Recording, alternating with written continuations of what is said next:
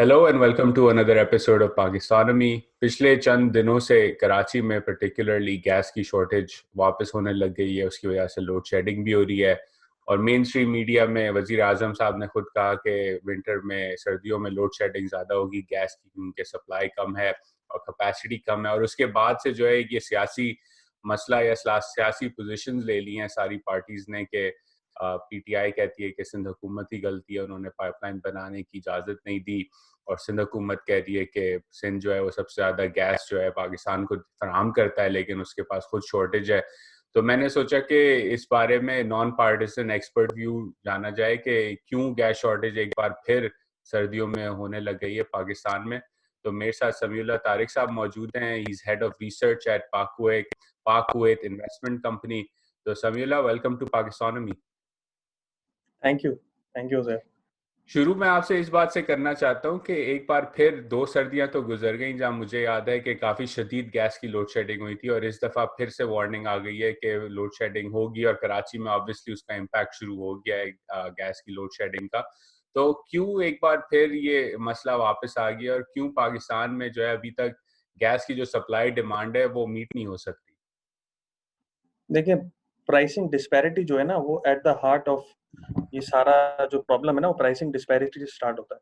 ये अभी आजकल बात हो भी रही थी मीडिया पे कि जो टोटल पाकिस्तान की पॉपुलेशन है उसका सिर्फ जो 23% यानी तकरीबन क्वार्टर ऑफ द पॉपुलेशन है जिसके पास पाइप्ड गैस का एक्सेस है, और बाकी जो पॉपुलेशन है वो आबादी जो है हमारी वो तकरीबन उस पे गुजारा करती है एलपीजी पे, लिक्विफाइड पेट्रोलियम गैस जो है। तो जो है अगर इसकी कीमत में हम मवाजना करें इस वक्त, जो है पाइप गैस जो घरों पे आती है, जो बेसिक कंजम्पशन का जो पैटर्न है उसमें जो पहला उसका समझे जो स्लैब है वो 80 से 100 रुपए पर एमएमबीटीयू के हिसाब से उसकी प्राइस है। और अगर यही चीज आप एलपीजी पे जाएं तो उसकी कीमत तकरीबन 14 से $15, यानी ये तकरीबन 60-70 सेंट पर एमएमबीटीयू हुआ। और एलपीजी की कीमत 114 रुपए किलो इस वक्त जो है वो तकरीबन, इसको आप एमएमबीटीयू में कन्वर्ट करें तो $14 से $15 पर एमएमबीटीयू बनती है।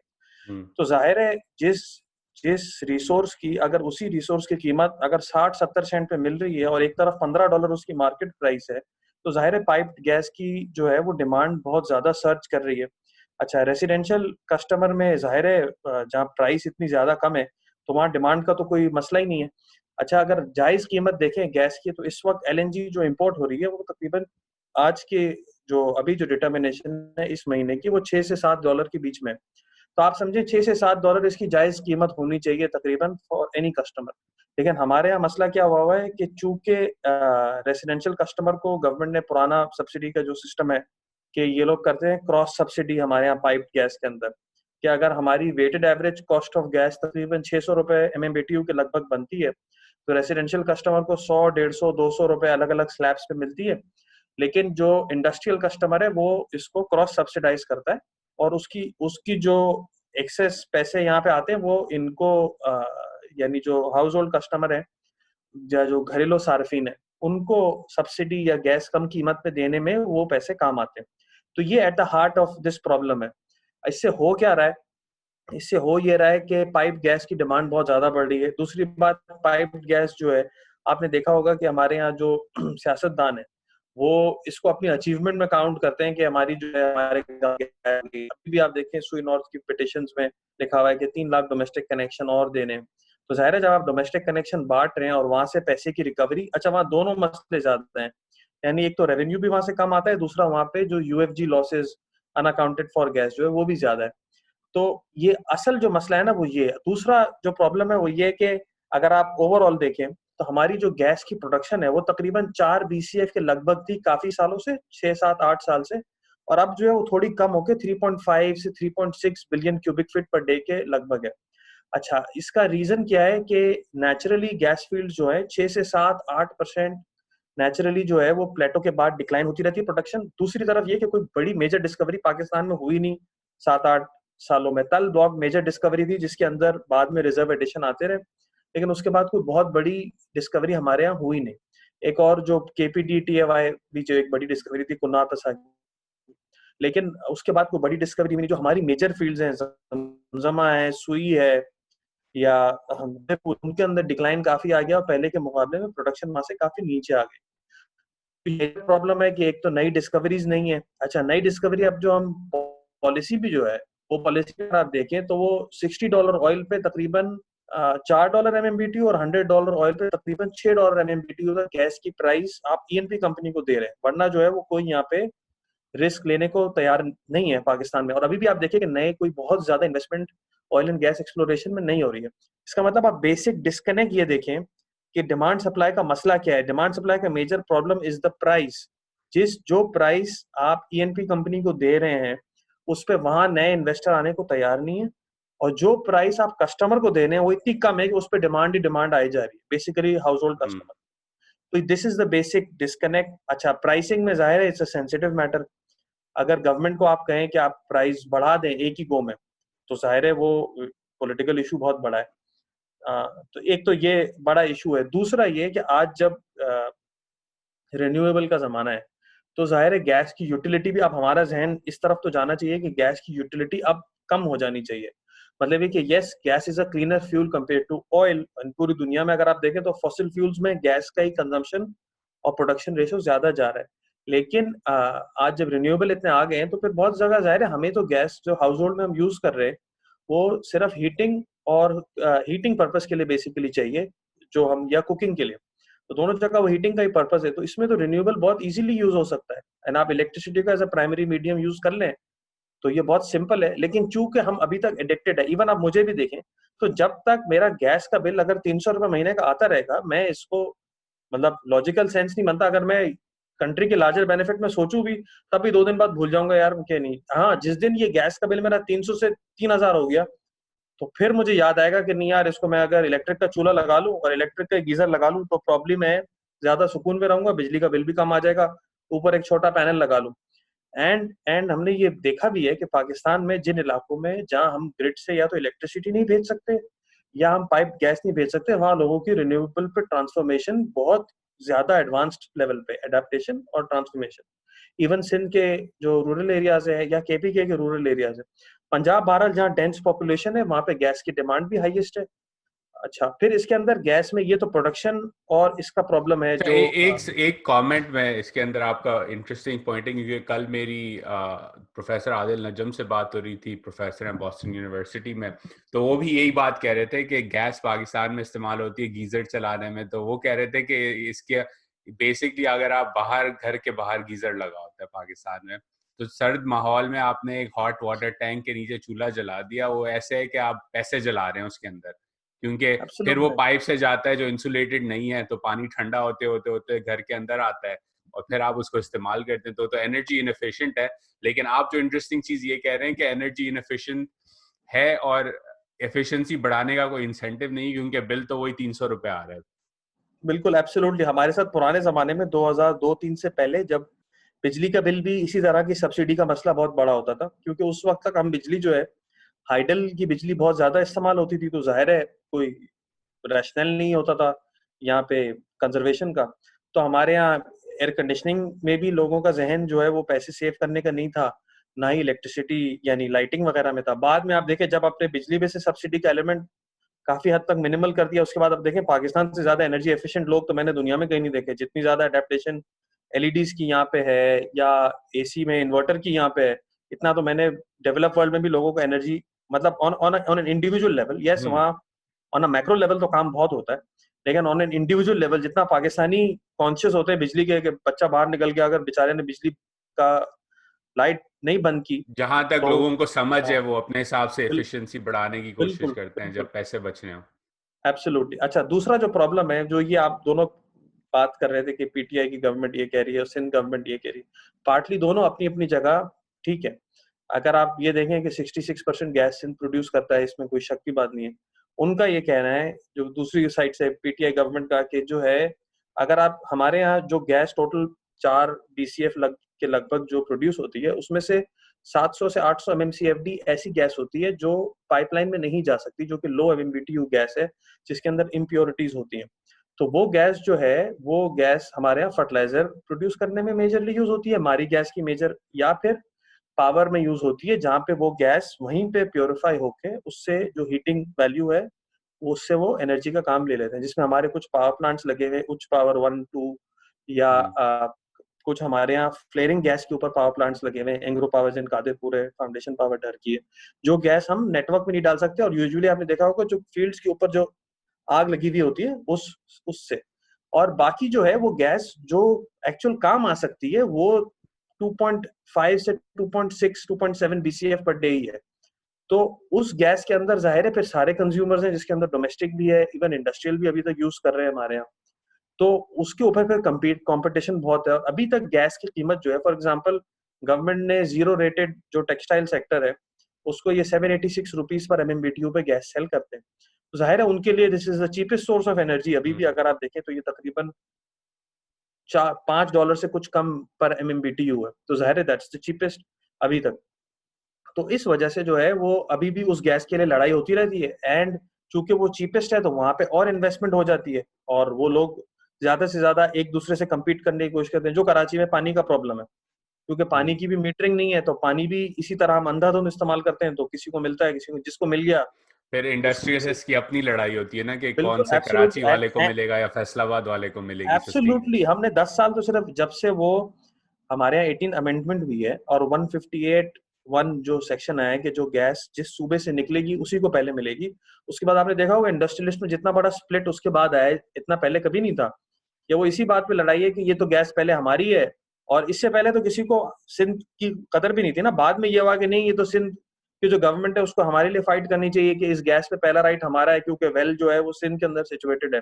लेकिन इवेंचुअली उसका बेनिफिट तो किसी को भी नहीं हुआ। आप अगर खुदा ना खास्ता अगर इस बात पे फाइट करना चाहें कि पंजाब में जो है वो इंडस्ट्रियलिस्ट है वो बेचारा RLNG अगर कंज्यूम करे, जो कि डॉलर्स में प्राइस है, और मोस्ट ऑफ द टाइम वो प्राइस यहाँ से तकरीबन डबल से भी ज्यादा रही है।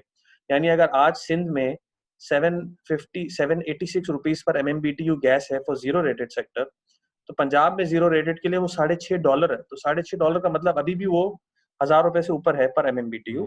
And for a longer period of time, जहां जब ये गवर्नमेंट ने $6.5 नहीं अनाउंस किया था, उस वक्त तो $9 से $10 पर MMBTU पर गैस मिल रही थी उन्हें।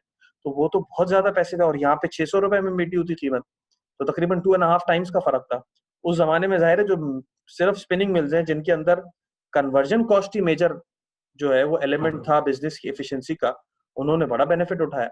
लेकिन ये कि हाँ जाहिर है वक्त के साथ ये चीजें फिर खत्म हो जाती हैं। फिर हमारे यहाँ जो है वो GIDC के इश्यूज भी हुए हैं गैस के साथ, काफी सारी तो इसका प्रॉब्लम हुई है। इस सब का सोल्यूशन क्या है? क्योंकि सभी दो चीजें मुझे इंटरेस्टिंग लगी जो आप कह रहे हैं। प्राइसिंग तो obviously at the heart of issue है। अब प्राइसिंग के अंदर आप अगर बढ़ाते हैं रेजिडेंशियल्स के लिए तो वो तो पॉलिटिकल इशू बन जाता है तमाम पार्टीज के लिए। वोटर्स का ऑपोजिशन कहेगी कि महंगाई आ गई, और दूसरे लोग कहेंगे कि जी हमारी जो है वैसे ही नौकरियां नहीं है और अब हुकूमत ने गैस भी महंगा कर दिया। दूसरी तरफ अगर आप यही सब्सिडी चलाते रहते हैं तो आपने इंडस्ट्री या कहीं ना कहीं से पैसे पूरे करने हैं, तो या तो आप डेट प्लस इंटरेस्ट पे करेंगे या आप इंडस्ट्री से ज्यादा पैसे लेंगे, तो इंडस्ट्री अनकम्पिटिटिव हो जाएगी। तो वो कहेंगे कि जी हम एक्सपोर्ट्स नहीं कर सकते। तो इसका मतलब सोल्यूशन फिर क्या है कि किस तरह ये जो पूरी मार्केट है एक तरह से इनएफिशिएंट मार्केट बन चुकी है, उसके लिए क्या क्या सोल्यूशंस करनी पड़ेंगी? एब्सोल्युटली। देखिए अगर आप पूरी दुनिया में देखें तो वो लोग जो है अपने रिसोर्सेज को प्राइस ऐसे करते हैं कि जो भी मतलब जहाँ बिल्कुल कंप्लीटली फ्री मार्केट होती है, वो तो हर रिसोर्स को प्राइस इस तरह करते हैं कि जो इसकी सबसे ज्यादा कीमत अदा कर सकता है that is the best use of that resource. मतलब आज अगर गैस कहीं निकलती है, अगर उसकी सबसे ज्यादा कीमत इकोनॉमिक वैल्यू जो है, अगर फर्टिलाइजर दे सकता है तो वो ले ले, अगर पावर दे सकता है तो वो ले ले, या डोमेस्टिक कंज्यूमर दे सकता है तो वो ले ले। अब चूंकि हमारे मुल्क का सोशियो इकोनॉमिक स्ट्रक्चर और डेमोग्राफिक्स ऐसे हैं कि आप कस्टमर्स को इमीडिएटली फ्री मार्केट पे डायरेक्ट जो है वो ट्रांजिशन नहीं करा सकते। मतलब आप अगर कस्टमर को आज ये कहे, जो गैस का कंज्यूमर है, कि तुम्हारा ₹200 का बिल था, ये गलत आ रहा है, इसको अब मतलब अगर आप मैं ₹100 को अगर $6 पे लगाऊं तो तकरीबन 10 टाइम्स हो जाएगा, तो ₹200 का बिल ₹2,000 का हो जाएगा। तो जाहिर है उसने तो रोड पे आ जाना है कि देखें ये क्या हो गया। तो मेरा ख्याल है कि ग्रेजुअली लोगों को, एक तो ये कि यस जो शॉर्टेजेस आ रही हैं उससे कुछ तो लोग खुद भी हटेंगे। दूसरा मुझे लगता है कि लोगों को ट्रांजिशन कराना चाहिए ज्यादा से ज्यादा टुवर्ड्स रिन्यूएबल, के देखें ये एक दफा की इन्वेस्टमेंट है, ये एक दफा आप लगा लें, और हीटिंग के लिए आपको यानी चूल्हा जलाने के लिए और गीजर के लिए चाहिए तो ये बेस्ट सोल्यूशन है। और जितनी इसके अंदर इंडिजिनाइजेशन करें गीजर में भी, और मतलब हमारे यहाँ माशाल्लाह जो है इसका अच्छी इंडस्ट्रियल बेस लगा हुआ है गुजरांवाला गुजरात वगैरह में। और दूसरा ये कि जो पैनल है उसके अंदर भी इंडिजिनाइजेशन पे, ताकि हम एक दफा इस चक्कर से बाहर निकलें पूरे के पूरे से। और दूसरी बात जाहिर है गवर्नमेंट को इवेंचुअली प्राइसिंग से इंसेंटिवाइज भी करना पड़ेगा कि जो है किस तरह price Aahista Aahista market price के बराबर लाके जो है वो लोगों को इंसेंटिवाइज करें और लोगों को थोड़ा थोड़ा डिस्करेज करें गैस का यूजेज इस तरह। दूसरी तरफ जो डोमेस्टिक प्रोडक्शन है उसके तरफ भी फोकस करें कि ज्यादा से ज्यादा लोग जितने भी प्रॉब्लम्स हैं ईएनपी कंपनीज के जो फॉरेन नहीं आ रही हैं कि वो आए और गैस एक्सप्लोर करें। तीसरा आपने वो एलएनजी वाली बात जो थी कि LNG, yes definitely LNG is a solution, लेकिन एलएनजी वहां पे सॉल्यूशन है जहां पे आपकी प्राइस एक्सेप्टेबिलिटी है जिन सेक्टर्स में। फॉर एग्जांपल हमारे यहाँ गैस की डिमांड सप्लाई की गैप की बात होती है, तो अनरिस्ट्रेन्ड जो ये गैप कहते हैं ना कि अगर आप पाइप कस्टमर जो नहीं है उनको जाके भी आज गैस दे दें तो हमारे तो 2-2.5 BCF पर डे की इस वक्त एक्सेस डिमांड है जितनी सप्लाई है उसके मुकाबले में, यानी 6 billion cubic feet per day की डिमांड तो हमारे यहाँ है ही है। लेकिन अगर आप ये कहें कि सारी की सारी अगर आप एलएनजी इंपोर्ट कर लें तो उससे दो मसले होंगे, एक बैलेंस ऑफ पेमेंट का प्रॉब्लम होगा, दूसरा वो गैस जब आप इंपोर्ट करेंगे $10 की या $8 की जो भी, वो उस कीमत पे इतनी ज्यादा गैस शायद ना बिक सके। यस इंटरनेशनल प्राइसेस में स्विंग्स आते हैं एलएनजी में, आज $6 की अगर $2 की मिलने लग जाए तो मुझे लगता है यहाँ डिमांड बहुत क्रिएट हो जाएगी, लेकिन हमारी डिमांड जो है डेफिनेटली काफी ज्यादा प्राइस सेंसिटिव है। हाँ लेकिन ये कि इवेंचुअली ये कि हमारे यहाँ जो लग रहा है कि स्ट्रक्चर वो ऐसा होगा कि जो कमर्शियल कस्टमर्स है इवेंचुअली उनको जो है वो एलएनजी पर जाना ही पड़ेगा सारे के सारे, और इवन और जो रेसिडेंशियल कस्टमर है क्योंकि इवेंचुअली गवर्नमेंट्स की प्रायोरिटी वो होगी, वो जो है वो पाइप गैस के ऊपर ही रहेंगे, जो नेचुरल गैस जिसको हम कहते हैं जो फील्ड से निकलती है। तो नए टर्मिनल्स अगर लग जाएंगे तो फॉर एग्जांपल जैसे कराची है, इस वक्त कराची में लोड शेडिंग का एक बड़ा रीजन ये हुआ है कि जो गैस है उसमें चूंकि शॉर्टेज है उसकी वजह से जो के इलेक्ट्रिक के जो पावर प्लांट्स है वो गैस बेस्ड है, तो वो उनको जब गैस पूरी नहीं मिल रही एज अ फ्यूल तो यहाँ लोड शेडिंग हो रही है। तो यस इसका एक सोल्यूशन तो ये है कि आप इस वक्त आरएलएनजी ज्यादा इंपोर्ट करें, के इलेक्ट्रिक को दें, के इलेक्ट्रिक ने तो आगे फ्यूल सरचार्ज फ्यूल एडजस्टमेंट के अंदर जो है वो कस्टमर से वो वसूल कर ही लेना है। तो यस अगर ज्यादा से ज्यादा अगर एलएनजी आ जाए तो definitely that is going to help even जो पावर यूटिलिटीज है उनको भी और कस्टमर्स है उनको भी। और दूसरा है कि इलेक्ट्रिक का चूंकि अगले साल नए पावर प्लांट ऑनलाइन आ, तो अगर एक तो आर्गुमेंट ये है कि अगर जो एग्जिस्टिंग हमारे जो पावर प्लांट है इनके अगर उस बेचारे को गैस पूरी नहीं मिल मैं रही यही तो पूछने नया वाला पावर था कि प्लांट आएगा नए उसको पावर तो प्लांट 150 क्या MMCFD करेगा। एडिशनल गैस चाहिए होगी। मैं यही पूछने वाला हाँ था कि नया पावर तो प्लांट भी बिल्कुल, तो गैस इसके पर ही लिए तो है। आपको डेफिनेटली कोई हाँ बिल्कुल, और इसके लिए आपको जो है वो नई पाइपलाइन भी शायद डालनी पड़े जो इनका जो कलेक्शन पॉइंट है वहां से लेके पावर प्लांट तक। अच्छा तीसरा जो हमारा एक बड़ा मसला है वो ये कि हमारा जो हिस्टोरिक गैस का नेटवर्क जो ट्रांसमिशन डिस्ट्रीब्यूशन का है ना वो बना हुआ था इस तरह कि हमारी मेजर गैस की जो सोर्सेज थी वो या तो सुई मारी या केपीके के प्लांट से, और हमारा मेजर जो कंजम्पशन है वो पंजाब के अंदर है। तो आपका मेजर डिपेंडेंस कंट्री के अंदर था, तो मेजर जो ट्रंक लाइन आपकी असल जो जाती है उसकी एक कैपेसिटी है for example 1 BCF per day, और बाकी आप सेंटर से गैस सोर्स कर रहे थे और वो वहीं आगे की तरफ यहाँ डिस्ट्रीब्यूट हो रही थी। अब जब आप आरएलएनडी पे आप ज्यादा से ज्यादा जा रहे हैं तो आपको एक नई ट्रंक लाइन की भी जरूरत है। उस ट्रंक लाइन के लिए जो ये बातचीत हो रही है कि नॉर्थ साउथ गैस पाइपलाइन लग जाए या आरएलएनजी 3 लग जाए, तो एक पाइपलाइन क्योंकि ये दो जो नए टर्मिनल्स की बात हो रही है वो दो टर्मिनल जब तक नहीं लगेंगे जब तक उसके साथ कंकरेंटली नई पाइपलाइन ना लगे, क्योंकि वो गैस टर्मिनल अगर यहाँ लग गए तो उनकी वो 1.2 या 1.5 BCF पर डे जो गैस आएगी वो सारी की सारी कराची में कंज्यूम नहीं हो सकती, वो आपको पाइप करनी है टू अप कंट्री। उसके लिए आपको ट्रांसमिशन लाइन भी एक चाहिए, उसके लिए जाहिर है राइट ऑफ वे भी चाहिए और एक बड़ी इन्वेस्टमेंट भी चाहिए, एक्सपर्टीज भी चाहिए। तो उसके लिए भी बात हो रही है, तो होपफुली अगर ये काम हो जाए तो ये कंकरेंटली दो काम करने पड़ेंगे कि पाइपलाइन भी लग जाए और टर्मिनल्स भी लग जाए। और जो बात हो रही है कि गवर्नमेंट ने शायद 200 MMCFD कैपेसिटी सेल भी कर रही है फॉर आरएलएनजी टर्मिनल्स, तो अगर वो हो जाए प्राइवेट पार्टीज इंपोर्ट कर ले तो उससे भी कुछ ना कुछ जो है वो गैस की सोल्यूशन में जो ये शॉर्टेज है इसकी सिचुएशन में शायद बेहतरी हो। लेकिन डेफिनेटली ये बात सही है कि ये जो विंटर्स है या अगला भी अगर 2 टर्मिनल और नहीं है अगले विंटर तक तो डेफिनेटली ये बहुत बुरे जाएंगे और लोगों को ये असेसमेंट हो जाएगा कि उनको ऑल्टरनेट पे जाना जरूरी पड़ेगा, वरना अब या तो आदत बना ले लोग गीजर बगैर काम चलाने की, वरना जो है वो जाहिर है प्रॉब्लम होगी काफी। सबीला काफी मुझे कुछ काफी कुछ सीखने से मिला इस कॉन्वर्जेशन से, तो आपका बहुत बहुत शुक्रिया। और मेरी तो टेक अवे यही है कि जो लोग सुन रहे हैं और एटलीस्ट उनके पास इतने पैसे हैं कि वो गैस स्टोव को चेंज कर सकें इलेक्ट्रिक पे, या ऊपर कोई पैनल शैनल लगा लें या गीज़र को चेंज कर लें।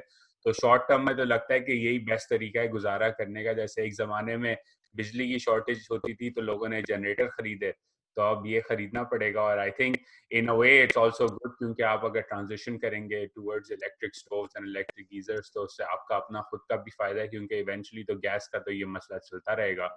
और उम्मीद है कि जो पॉलिटिकल लीडरशिप है वो फिंगर पॉइंटिंग से आगे बढ़ के कोई होलिस्टिकली सोचे कि इस सेक्टर के साथ रिफॉर्म्स किस तरह करने हैं। क्योंकि आई एग्री विथ यू कि आप अगर कैपेसिटी डाल भी दें तो अगर प्राइसिंग का इतना बड़ा इशू है और गैप है तो वो कहीं ना कहीं से तो इनएफिशिएंसीज क्रिएट करता रहेगा मार्केट के अंदर। Absolutely, absolutely. तो thank you Samiullah for the time, आपसे बात वेलकम। करके काफी मजा आया। तो stay safe, stay in touch and खुदा हाफिज। Thank you, thank you.